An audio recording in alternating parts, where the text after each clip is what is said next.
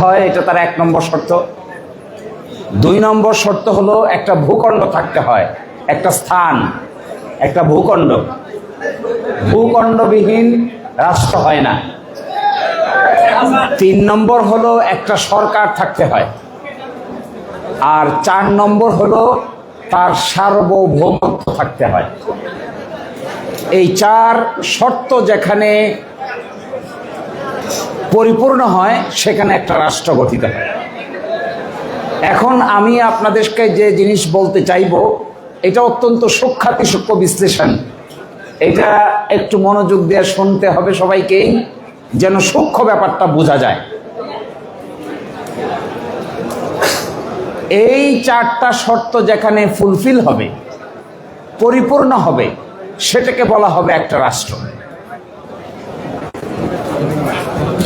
এখন প্রশ্নটা হলো, আমাদের যে হেডলাইনটা, এই হেডলাইনটা হলো গণভোটের রায়, জনগণের সার্বভৌম অভিপ্রায়ের বহিঃপ্রকাশ।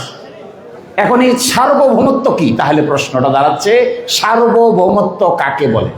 This is the question. সার্বভৌমত্ব বলতে আমরা কি বোঝাবো? আপনি দেখবেন একজন মানুষ আরেকজন মানুষকে মেরে ফেলে, মারলে পরে পুলিশ অ্যারেস্ট করে নিয়ে যায়, বিচার হয়, শাস্তি হয়, একদিন দিন তারিখ ঠিক করে ফাঁসির কাস্টে ঝোলানো হয়। এই ক্ষমতা কোথা থেকে আসলো? আমি আমার ভাইকে মেরে ফেলেছি, কিন্তু আমি ফাঁসির কাস্টে যে আমাকে ঝোলানো হচ্ছে, বিচার হচ্ছে, চট্টগ্রামের আদালতে আমাকে ফাঁসি দেওয়া হচ্ছে, সুপ্রিম কোর্টে আমাকে ফাঁসি দেওয়া হচ্ছে, এরপরে আমার ফাঁসিটাকে কার্যকর করা হচ্ছে। রাষ্ট্র এই ক্ষমতা কোথায় পেল? আমি আপনি আপনার একটু মুখটা বন্ধ করেন। এখানে দ্বারা এত কথা বললে কি করে বুঝবে? সেকেন্ড গুরুত্বপূর্ণ কথা হলো, আমি আপনি ইনকাম ট্যাক্স দেই, ব্যবসা করি, ইনকাম ট্যাক্স দেই। দেখবেন যে ইনকাম ট্যাক্স দেই, না দিলে পুলিশ আসে, মামলা হয়। আমার টাকা, আমার সংসার, আমার ব্যবসা, আমার আয়, রাষ্ট্র টাকা চায় কেন? রাষ্ট্র তো টাকা নিয়ে যাচ্ছে, আমি না দিলে পুলিশ পাঠিয়ে দিচ্ছে, জেল দিচ্ছে, জুলুম দিচ্ছে। এই যে ক্ষমতাটা রাষ্ট্রের ক্ষমতা, রাষ্ট্র কি করে? বন্দুক ব্যবহার করে। পুলিশের হাতে বন্দুক দিয়েছে, কোথায় পেল এটা? আর্মির হাতে বন্দুক দিয়েছে, কই পেল এটা? আর্মি তো গুলি করতেছে, পুলিশ গুলি করতেছে, ম্যাজিস্ট্রেট আমাকে আপনাকে অ্যারেস্ট করতেছে, আদেশ দিচ্ছে, জেলে পাঠিয়ে দিচ্ছে, কারাগারে থাকছি। এই যে দেখেন, এসব কিছু করা হচ্ছে কিন্তু রাষ্ট্রের নামে। এই যে রাষ্ট্রের নামে এই কাজটা করা হচ্ছে, এইটা করে যে ক্ষমতা বলে, এই ক্ষমতার নাম হলো সার্বভৌম ক্ষমতা। আর না হলে ফাঁসি যে দিচ্ছে, অমুক তারিখ এই কয়টার সময় অমুক জেলে অমুকের ফাঁসি হবে, ঘোষণা দিয়ে ফাঁসি দেয় না? আমি আপনি ঘোষণা দিয়ে কাউকে মারতে পারবো? আইন এলাও করবে? কিন্তু জেল কর্তৃপক্ষ দিন তারিখ ঠিক করে স্বরাষ্ট্র মন্ত্রণালয়ের আদেশে ফাঁসির দিনক্ষণ নির্ধারণ করছে আইন অনুযায়ী। এই ক্ষমতা পেল কোথায়? এই ক্ষমতাগুলোকে বলে সার্বভৌম ক্ষমতা। অর্থাৎ একটা আদেশ দেওয়া, আদেশটা কার্যকর করা, আদেশটা না দেওয়া, একটা আদেশ দিয়ে বাস্তবে রূপান্তর করা, এইটার নাম হলো সার্বভৌম ক্ষমতা। এখন এই সার্বভৌম ক্ষমতা কার কাছে? এটা একটা বিরাট প্রশ্ন। কার কাছে? পুলিশের কাছে? আর্মির কাছে? সরকারের কাছে? প্রধান বিচারপতির কাছে? প্রধানমন্ত্রীর কাছে? পার্লামেন্টের কাছে? না। আমাদের সংবিধান বলছে এই যে ক্ষমতা, যে একজন মানুষকে ফাঁসি দিবেন, একজনের কাছ থেকে ট্যাক্স নিবেন, একজনকে বন্দি করে রাখবেন, একজনকে রাস্তা আটকায় দিবেন, একজনের কাছ থেকে টাকা নিয়ে আরেকজনকে দিবেন, ধনীর কাছ থেকে টাকা নিয়ে গরিবকে দিবেন। যে ট্যাক্স দেয় সে ধনী, তার টাকা নিয়ে নিচ্ছেন, গরিবকে দিয়ে রাস্তা বানিয়ে দিচ্ছেন। এই ক্ষমতা কোথায় থাকে? আমাদের সংবিধান বলছে জনগণের অভিপ্রায়ের পরম অভিব্যক্তি রূপে এই সংবিধান প্রজাতন্ত্রের সর্বোচ্চ আইন এবং বলছে প্রজাতন্ত্রের সকল ক্ষমতার মালিক হলো জনগণ। তাহলে সার্বভৌম ক্ষমতা কার কাছে? সার্বভৌম ক্ষমতা কার কাছে? সরকারের কাছে? আর্মির কাছে? তাহলে এই যে সার্বভৌম ক্ষমতাটুকু আমরা প্রকাশ করি দুই ভাবে, একটা নিয়মতান্ত্রিক ভাবে আর একটা অনিয়মতান্ত্রিক ভাবে। নিয়মতান্ত্রিক কি? 12ই ফেব্রুয়ারি নিয়মতান্ত্রিক ভাবে আমরা ভোট দিয়েছি, ভোট দিয়ে সরকার গঠন হয়েছে। এই যে প্রকাশ করলাম, এইটা করলাম হলো দিন তারিখ ঠিক করে করেছি। আমরা তফসিল ঘোষণা করেছি, বলেছি এতদিন বাছাই হবে, এরপরে আপিল হবে, এরপরে ভোট হবে, এরপরে জয় পরাজয় নির্ধারণ হবে। সুনির্দিষ্ট দিন তারিখ ঠিক করে জনগণকে বলছে এবার আপনি হা না, এই মার্কা ওই মার্কা, যা মনে চায় তাই করেন। এইগুলো একটা পদ্ধতি। আরেকটা পদ্ধতি যেটা 5ই আগস্ট প্রকাশিত হয়েছে, এটা কি দিন তারিখ নির্ধারণ করে করেছি আমরা? কেউ কি জানতেন যে 5ই আগস্ট সরকার পালিয়ে যাবে? কারো জানা ছিল? কিন্তু গেছে তো, চলে তো গেছে। কেন গেছে? চলে গেছে এই বীর চট্টলা থেকে শুরু করে ঢাকা পর্যন্ত রাস্তাঘাটগুলোতে মানুষ আর মানুষের যন্ত্রণার কারণে সরকার পালায় গেছে। তাহলে কি জনগণ তার ইচ্ছা প্রকাশ করলো না করলো না? এটা কি নিয়মতান্ত্রিক হলো নাকি বিপ্লব হলো? তাহলে যেটা নিয়মতান্ত্রিক উপায়ে হয় এটার নাম হলো নির্বাচন। আর যেটা নিয়মের বাইরে গিয়ে জনগণ ক্ষুব্ধ হয়ে করে, এইটা পৃথিবীর কোন কোন জায়গায় নাম হলো রেভলিউশন বা বিপ্লব, কোন কোন জায়গায় নাম হলো গণ অভ্যুত্থান বা মাস আপসার্চ। আপনারা 5 তারিখে দেখবেন পার্লামেন্ট দখল করছে মানুষ, করে নাই? প্রধানমন্ত্রীর বাসভবন দখল করছে, করে নাই? প্রধানমন্ত্রীর অফিসের ছাদে উঠে একজন আরেকজনের সাথে কোলাকুলি করছে, করে নাই? কই পাইল এটা? এখন যান দেখি প্রধানমন্ত্রীর বাসা যাইতে পারবেন? এখন আপনি পার্লামেন্টের ভিতরে ঢুকতে পারবেন? তুষার নিজেও প্রধানমন্ত্রীর না পার্লামেন্টে গেছিল, কোথায় গেছিল? প্রধানমন্ত্রীর অফিসে 5 তারিখে তুষার নিজেও গিয়ে দখল করছিল এক চেয়ার। এই যে জনগণ নিয়মের বাইরে, কেন্দ্রবিন্দু ক্ষমতার কি পার্লামেন্ট, কেন্দ্রবিন্দু ক্ষমতার কি প্রধানমন্ত্রীর অফিস, কেন্দ্রবিন্দুর ক্ষমতা কি প্রধানমন্ত্রীর বাসভবন। জনগণ নিজের মনের খুশিতে সকল সিকিউরিটি এজেন্সিকে ফাঁকি দিয়ে সবাই ঢুকে পড়ে এই যে দখল নিল, এইটার নাম হলো সার্বভৌম ক্ষমতার বহিঃপ্রকাশ। এটা যদি বুঝতে না পারেন তাহলে তো আপনি ব্যাখ্য। আমি আমার মতামত স্বাভাবিকভাবে প্রকাশ করতে দেন নাই। কখন দেন নাই? 18 সালে দেন নাই, 24 সালে দেন নাই, 14 সালে দেন নাই, 18 সালেও পারি নাই, 24 সালেও পারি নাই। 24 সালের 5ই আগস্ট হিসেবে নিয়মতান্ত্রিক ব্যবস্থাকে ভায়োলেট করে অনিয়মতান্ত্রিক পদ্ধতিতে 5ই আগস্ট সকলে মিলে ক্ষমতা দখল করেছে। এই জন্য এটার নাম হইল বিপ্লব। তাহলে জনগণের ইচ্ছা প্রকাশ দুইভাবে হয়, যেখানে আমি ছিলাম। একটা হয় নিয়মতান্ত্রিক আর একটা হয় অনিয়মতান্ত্রিক। হইল এটা। এখন যে আমরা সংস্কারের কথা বলতেছি, আসলে কি? এই কথা বলে আমি শেষ করব। কি আসলে এটা? খালি তো সংস্কার সংস্কার, সংশোধন সংশোধন, কিসের? বাস্তবে কি এটা? তাহলে বুঝতে হবে রাষ্ট্রটা কেমন। এটা বুঝলে বোঝা যাবে যে আসলে সংস্কার বলতে আমরা কি বোঝাচ্ছি। রাষ্ট্রটা হলো 3টা পিলারের উপর দাঁড়ায় আছে। একটা পিলারের নাম হলো সরকার, একটা পিলারের নাম হলো সংসদ, আর একটা পিলারের নাম হইল সুপ্রিম কোর্ট। একটা সুপ্রিম কোর্ট, একটা সরকার, একটা সংসদ, এই 3টা পিলারের মাথায় যেটা দাঁড়ায় সেটার নাম বাংলাদেশ। এই 3টে পিলার কে কার চেয়ে বড়, কে কার চেয়ে ছোট, আমাদের দেশের সংবিধান বলছে কেউ কারো চেয়ে বড়ও নয়, কেউ কারো চেয়ে ছোটও নয়। তাহলে আগে কি পার্লামেন্ট, না। আগে কি সরকার? আগে কি সুপ্রিম কোর্ট? না। তাহলে সরকার যে আদেশ দেয় সুপ্রিম কোর্ট তো ওইটা বাতিল করে দেয়, দেখেন না? তো সরকার আদেশ দিচ্ছে, সুপ্রিম কোর্ট বলছে আদেশের কোনো মূল্য নাই। সুপ্রিম কোর্ট আবার আদেশ দিচ্ছে, পার্লামেন্ট বলছে সুপ্রিম কোর্ট আদেশ দিছে কিন্তু আমরা এটা না মেনে আমরা একটা আইন পাশ করব। এটা হলো পার্লামেন্টের কাজ। পার্লামেন্ট যে আইনটা পাশ করে সুপ্রিম কোর্টে আসলে সুপ্রিম কোর্ট বলে এটা অসাংবিধানিক হয়েছে। তাহলে কে কার চেয়ে বড় হইল? বড় পান কাউরে? সরকার, প্রধানমন্ত্রী হেড, বিচার বিভাগের হেড চিফ জাস্টিস, পার্লামেন্টের হেড হলো স্পিকার। তিন মাথায় তিনজন বসে আছেন, একটা সরকারের হেড, একটা পার্লামেন্টের হেড, আর একটা হলো বিচারালয়ের হেড।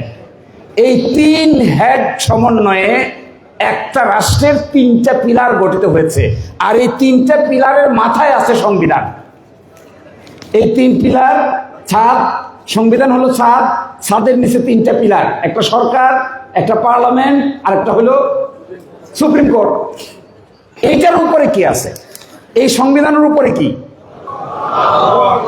তাহলে এক নম্বরে কি, দুই নম্বরে সংবিধান, তিন নম্বরে তিনটা একসাথে। তাহলে বাংলাদেশ নামক রাষ্ট্রের খুঁটি হলো তিনটা, খুঁটির ছাদ হলো একটা, আর বাগের উপরে টাক হলো জনগণ। তাহলে প্রথম হলো জনগণ, দ্বিতীয় হলো সংবিধান, তৃতীয় হলো তিন খুঁটি। এখন জনগণের রায়কে অস্বীকার করলে খুঁটি কি ঠিক থাকবে? জনগণের রায়কে অস্বীকার করলে সংবিধান কি ঠিক থাকবে? জনগণ সংবিধানের উপরে না নিচে? এইটার নাম হইল সার্বভৌম ক্ষমতা। কারণ কি জানেন?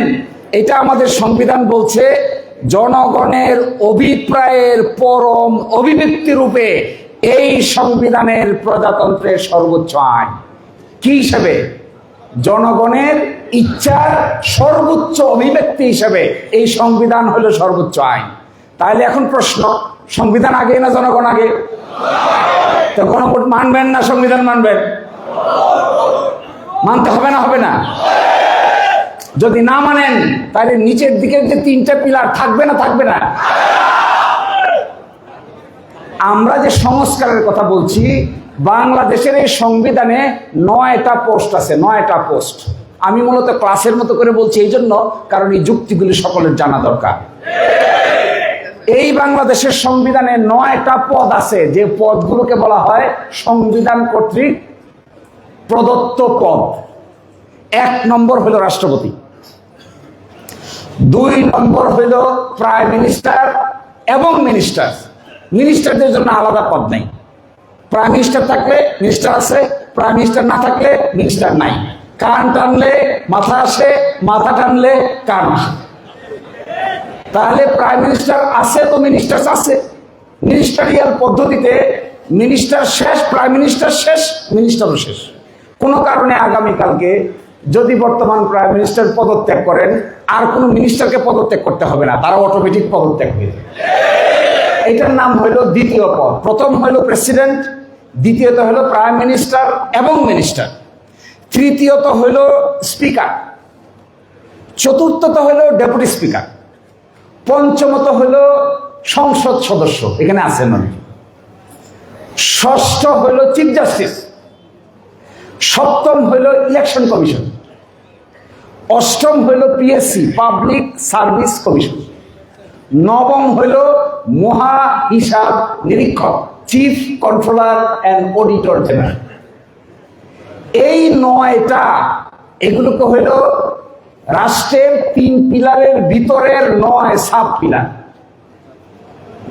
এই 9টা পোস্টে যারা থাকেন তাদেরকে শপথ নিতে হয়, তাদেরকে বলতে হয় আমি অমুক, আমি এটা করেছি। দেখেন না, সংসদ সদস্যরা শপথ নেয় না, মন্ত্রীরা শপথ নেয় না? আপনি কি দেখবেন, কখনো দেখতে পাইছেন যে বাংলাদেশের অ্যাটর্নি জেনারেল শপথ নেয়? না, কারণ এটা সাংবিধানিক পোস্ট না। সংবিধানে আছে এরকম 9টা পোস্ট। এখন আমরা কি বলেছিলাম তাহলে? রাষ্ট্র সংস্কার বলতে কি বুঝিয়েছিলাম? আমরা বুঝিয়েছিলাম আমাদের এই বর্তমান সংবিধানে সকল ক্ষমতাকে ঘুরে ফিরে প্রাইম মিনিস্টারের হাতে নিয়ে দেওয়া হয়েছে। আমরা বলছিলাম যেহেতু একটা জনগণ সভার উপরে, তারপরে সংবিধান, তারপরে 3টা পিলার, আমরা ক্ষমতাটাকে এমন করে ভাগ করে দেই যেন কেউ কারো উপরেও না যায়, কেউ কারো নিচেও না পড়ে। এই ক্ষমতার ভাগাভাগির নাম দিয়েছিলাম আমরা সংবিধান সংস্কার। ওনারা বলেছেন যে এইটা সংশোধন করবেন। আমরা কেন সংস্কার বলছি জানেন? যে 3টে পিলার, এই 3টে পিলারের ভিতরে যদি ক্ষমতা ভাগ করে দিতে হয়, এই বর্তমান পিলারটাকে ভেঙে সংস্কার করা ছাড়া সংশোধন করলে ওই পিলারগুলো নষ্ট হয়ে যাবে। কিন্তু সংস্কার করলে এটা সম্ভব। বাড়ি যখন আপনি সুন্দর করে বানাইতে চান, তখন কি মেরামত করেন নাকি নতুন করে বানান? আগের বাড়ি যেটা থাকে এটা ঠিকঠাক করলে নিজের পছন্দ মতো সব ঠিক করা যায়? পছন্দ মতো ঠিক করতে গেলে ওই আনোয়ারায় আর পটিয়ার মাঝখানে, হাওরের মাঝখানে একটা খালি জায়গায় গিয়া যখন আপনি একটা বাড়ি বানাবেন, তখন মনের মাধুরী মিশাইয়া বাড়ি বানাইতে পারবেন। আর চট্টগ্রামের আর ইসরার আশেপাশে যদি ঘর বানাইতে চান, তাহলে যেটা আছে এটা বাইঙ্গা ডাইনে দেখবেন জায়গায় হয় না, পিছনতে দেখবেন খাল, ওইদিকে দেখবেন আরেকজন অবজেকশন দিছে, আর বাড়ি মনের মতো করে বানানো যায় না। তো আমরা সংস্কার বলছিলাম কেন? আমরা সংস্কার বলছিলাম যে ওই 3 পিলার, ওই 3 পিলারের উপর দাঁড়িয়ে আছে, ওই 3 পিলারকে যদি আমরা সংশোধন করতে চাই, তাহলে দেখা গেছে একটা ঠ্যাং চলে যায়, আরেকটার পা চলে যায়, আরেকটার হাত চলে যায়। তখন প্রশ্ন আসলো যে হাত পা কাটটা বাদ দিব, কাটটা রাখবো, কার ঠ্যাং বাদ দিব, কার মাথা বাদ দিব? এইটা না করে বরঞ্চ আমরা সংস্কার করে সকলের মধ্যে ক্ষমতাটাকে ভাগ করে দেই। ওনাদের অতি বুদ্ধি কিংবা কম বুদ্ধি যাই হোক, ওনারা এই জিনিস বোঝার সামর্থ্য রাখেন।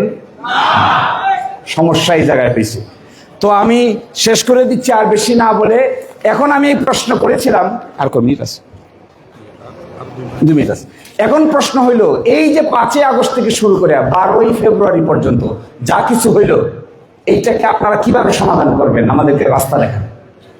আমি তো সাহস করে বলি, আমরা যে পথ দেখিয়েছি, এই পথের বাইরে আপনারা যদি আরো কোনো গ্রহণযোগ্য পথ দেখাইতে পারেন, এটা আমাদেরকে অ্যাকসেপ্ট করে নিতে কোনো আপত্তি নাই। দেখান। মাথায় যদি গিলু থাকে তাহলে দেখেন, কলবে যদি জোর থাকে তাহলে ওপেন করেন। মাথায় যদি ব্রেইন সেল উর্বর হয়, তাহলে উর্বর ব্রেইন সেলের চিন্তাটা তো আমরা দেখতে চাই। প্রশ্ন করলে কি বলে জানেন? প্রশ্ন করলে বলেন যে সংবিধানের 4র্থ তফসিলে আমরা মেজর জেনারেল জিয়াউর রহমানের আমলে যা করেছিলাম এইটাই করব, এইটাই আমাদের উর্বর ব্রেইন। তো প্রশ্ন করলে মেজর জেনারেল জিয়াউর রহমানের আমলে যেটা করেছিলেন, এটা ছিল বাংলাদেশ সংবিধানের 5ম সংশোধনী। মার্শাল জারি হয়েছিল 75 সাল থেকে শুরু করে 79 সাল পর্যন্ত বাংলাদেশের সংবিধানে যা কিছু করা হয়েছিল, এ নিয়ে কোনো আদালতে প্রশ্ন উত্থাপন করা যাবে না, এই আইন তারা করেছিলেন। এই আইন 2011 সালে বাংলাদেশের সুপ্রিম কোর্ট অসাংবিধানিক ঘোষণা করে দিয়ে বলছে, এই যে এতদিন পর্যন্ত এতদিন থেকে যা কিছু করেছেন, এ সব কিছু হলো আপনারা অবৈধ ক্ষমতা দখলদার। কই আপনাদের আইন টিকছে? টিকছে আপনাদের আইন? এখন প্রশ্ন করলে বলে এখনো তাই করব। কি করব? বলছে 4র্থ তফসিলে আমরা একটা প্যারাগ্রাফ অ্যাড করে বলবো 5ই আগস্ট থেকে শুরু করে 12ই ফেব্রুয়ারি পর্যন্ত যা কিছু করা হয়েছে, এগুলো নিয়ে কোনো আদালতে প্রশ্ন উত্থাপন করা যাবে না। তো এটা তো আগেও করেছিলেন, ঠিক আছে? সত্যিকার অর্থে ভালো কোনো পন্থা যদি এখনো বাইর করতে পারেন, আমরা কি পন্থা বের করেছিলাম? একটা গণভোট হবে, গণভোট হবে, গণভোটের প্রেক্ষিতে সংবিধান সংস্কার পরিষদ গঠিত হবে, আর সাধারণ ইলেকশনের প্রেক্ষিতে পার্লামেন্ট গঠিত হবে। গণভোটের কারণে যে সংবিধান সংস্কার পরিষদ গঠিত হবে, এটা 180 দিন ফাংশন করবে।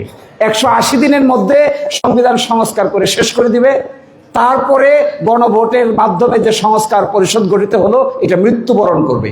আপনারা দেখেন না, কাকড়া নিজে বাচ্চা দিয়া বাচ্চার জন্ম দেয় কিন্তু নিজে মরে যায় না? কাকড়া দেখেছেন? নাকি জীবিত থাকে? মাকড়সা এত বড় পেটের ডিম দেখবেন, শত শত বাচ্চার জন্ম দেয়, কিন্তু জন্ম দেওয়ার সময় নিজে মৃত্যুবরণ করে। আমরা বলেছিলাম 180 দিন পরে সংবিধান সংস্কার সভা সংস্কারকৃত সংবিধানের জন্ম দিয়ে নিজে মৃত্যুবরণ করবে, আর পার্লামেন্ট থেকে যাবে। এরপরে ভবিষ্যতে 5ই আগস্ট থেকে শুরু করে 12ই ফেব্রুয়ারি পর্যন্ত যা কিছু আমরা করেছি, এইটা নিয়ে বাংলাদেশের কোনো আদালতে আর প্রশ্ন উত্থাপন করা যাবে না। আচ্ছা বলেন তো, আমরা যে পথ বাতলিয়েছিলাম এটা কি শক্তিশালী ছিল না দুর্বল ছিল? তো শক্তিশালী পথ বাদ দিয়া দুর্বল পথ অবলম্বন করতে চান, এই বুদ্ধিটা কে দিল আপনাদের? এই বুদ্ধি তো আমি শেষ করে দেই একটা কথা বলে, আমার কাছে মনে হয় সরকার দলীয় বন্ধুরা আরো অনেক বেশি লেখাপড়া করা উচিত। আমার কাছে মনে হয় সরকার দলীয় বন্ধুদের সংবিধান, সাংবিধানিক আইন এবং সংস্কার সম্পর্কে খুব বেশি দূর লেখাপড়া। আল্লাহ আপনাদের লেখাপড়া করার তৌফিক দান করুন। আসসালামু আলাইকুম।